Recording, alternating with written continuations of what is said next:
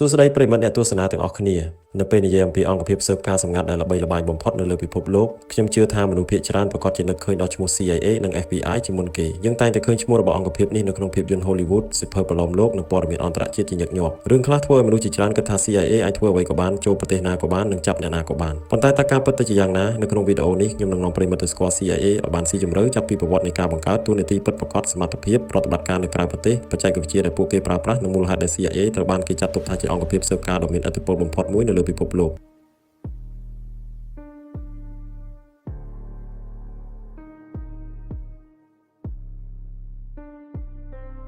CIA គឺជាអក្សរកាត់នៃពាក្យ Central Intelligence Agency ឬទីភ្នាក់ងារស៊ើបការកណ្ដាលរបស់សហរដ្ឋអាមេរិកអង្គភាពនេះត្រូវបានបង្កើតឡើងក្នុងឆ្នាំ 1947 បន្ទាប់ពីសង្គ្រាមលោកលើកទី 2 មូលហេតុដែលរដ្ឋាភិបាលអាមេរិកបង្កើត CIA គឺដោយសារពួកគេយល់ឃើញថាប្រទេសមួយមិនអាចការពារខ្លួនបានឡើយប្រសិនបើមិនដឹងថាសត្រូវកំពុងគិតអ្វីកំពុងរៀបចំអ្វីឬមានផែនការអ្វីនាពេលអនាគតដូច្នេះភារកិច្ចដ៏សំខាន់បំផុតរបស់ CIA គឺមិនមែនការចេញទៅបាញ់ប្រហារឬចាប់ខ្លួនមនុស្សនោះទេតួនាទីចម្បងរបស់ពួកគេគឺការស្វែងរកព័ត៌មានដែលអ្នកដទៃមិនអាចរកបានព័ត៌មានទាំងនោះត្រូវបានប្រមូលពីប្រភពជាច្រើនបន្ទាប់មកយកមកវិភាគហើយរាយការណ៍ជូនប្រធានាធិបតីនិងថ្នាក់ដឹកនាំជាន់ខ្ពស់ដើម្បីជួយក្នុងការសម្រេចចិត្តឥឡូវនេះមានសំណួរមួយដែលគេច្រើនសួរថាតើ CIA មានប្រតិបត្តិការនៅក្រៅប្រទេសដែរឬទេចម្លើយគឺមានហើយនេះក៏ជាតួនាទីសំខាន់បំផុតរបស់ពួកគេផងដែរខុសពី FBI ដែលផ្ដោតលើការអនុវត្តច្បាប់ក្នុងសហរដ្ឋអាមេរិក CIA ផ្ដោតលើការប្រមូលព័ត៌មានពីបរទេសនិយាយឲ្យសាមញ្ញ CIA គឺជាផ្នែកនឹងត្រចៀករបស់រដ្ឋាភិបាលអាមេរិកនៅក្រៅប្រទេសជុំវិញពិភពលោក CIA មានការសហការជាមួយស្ថាប័នស៊ើបការនិងសន្តិសុខរបស់ប្រទេសជាច្រើនពួកគេផ្លាស់ប្ដូរព័ត៌មានសហការបង្ក្រាបភេរវកម្មប្រឆាំងបណ្ដាញគ្រឿងញៀនឆ្លងដែននិងតាមដានការគំរាមកំហែងផ្សេងៗ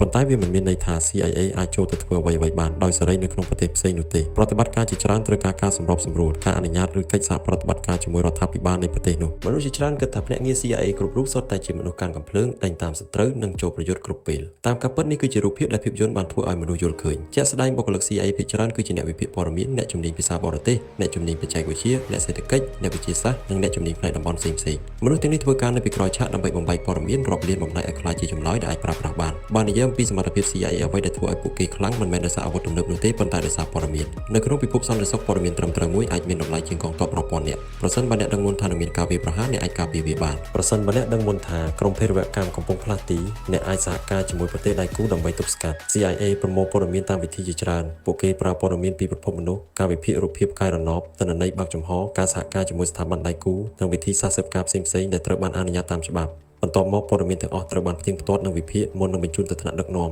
នៅក្នុងប្រវត្តិសាស្ត្រ CIA បានចូលរួមក្នុងព្រឹត្តិការណ៍សំខាន់ៗជាច្រើនអំឡុងសង្គ្រាមត្រជាក់ពួកគេបានផ្ដោតលើការតាមដានសហភាពសូវៀតនិងប្រទេសសម្ព័ន្ធមិត្តរបស់ខ្លួនក្រោយការវាយប្រហារថ្ងៃទី 11 ខែកញ្ញាឆ្នាំ 2000 CIA បានបង្កើនការផ្ដោតលើការប្រឆាំងភេរវកម្មនិងការស្វែងរកមេដឹកនាំក្រុមភេរវកម្មក្នុងបេសកកម្មជាច្រើនពួកគេបានប្រមូលព័ត៌មានដែលជួយដល់ការសម្រេចចិត្តរបស់រដ្ឋាភិបាលនិងកងកម្លាំងយោធាទោះយ៉ាងណាមិនមែនគ្រប់ប្រតិបត្តិការរបស់ CIA សុទ្ធតែទទួលបានជោគជ័យនោះទេប្រវត្តិសាស្ត្រក៏បង្ហាញថាមានប្រតិបត្តិការមួយចំនួនដែលបរាជ័យឬក៏ក្លាយជាប្រធានបទនៃការរិះគន់យ៉ាងខ្លាំងនេះបង្ហាញថាទោះជាអង្គភាពខ្លាំងប៉ុណ្ណាក៏ដោយក៏អាចធ្វើខុសឬជួបឧបសគ្គបានដែរមនុស្សខ្លះសួរថាតើ CIA អាចចាប់ខ្លួនមនុស្សនៅក្រៅប្រទេសដោយខ្លួនឯងបានទេជាទូទៅចម្លើយគឺទេ CIA មិនមែនជាស្ថាប័នអនុវត្តច្បាប់ទេការចាប់ខ្លួនជាធម្មតាគឺជាភារកិច្ចរបស់អាជ្ញាធរមូលដ្ឋានឬអង្គភាពដែលមានសមត្ថកិច្ចតាមច្បាប់ CIA មានតួនាទីប្រមូលព័ត៌មាននិងគ្រប់គ្រងផ្នែកស៊ើបការជាចម្បងនៅពេលស្ដាប់ឈ្មោះ CIA មនុស្សជាច្រើននឹកឃើញតែភាពអាថ៌កំបាំងនោះក៏ព្រោះតែការងារភាគច្រើនរបស់ពួកគេមិនត្រូវបានបង្ហាញជាសាធារណៈព័ត៌មានជាច្រើនត្រូវបានរក្សាទុកជាការសម្ងាត់អស់រយៈពេលជាច្រើនឆ្នាំឬច្រើនទសវត្សរ៍មុននឹងត្រូវបានបញ្ចេញឯកសារជាផ្លូវការដូច្នេះរឿងជាច្រើនដែលយើងឃើញនៅលើអ៊ីនធឺណិតឬក្នុងភាពយន្តមិនមែនសុទ្ធតែជាការពិតទាំងអស់នោះទេចុងក្រោយបើយើងសួរថាតើ CIA អស្ចារ្យប៉ុណ្ណាខ្ញុំគិតថាភាពអស្ចារ្យរបស់ពួកគេមិនស្ថិតនៅលើការប្រើកម្លាំងទេប៉ុន្តែស្ថិតនៅលើសមត្ថភាពក្នុងការប្រមូលព័ត៌មានវិភាគហានិភ័យនិងជួយឲ្យរដ្ឋាភិបាលអាចសម្រេចចិត្តបានលឿននិងមានព័ត៌មានគ្រប់គ្រាន់នៅក្នុងពិភពលោកសពថ្ងៃដែលការគំរាមកំហែងអាចកើតឡើងគ្រប់ពេលព័ត៌មានត្រឹមត្រូវគឺជាអាវុធដ៏មានតម្លៃបំផុត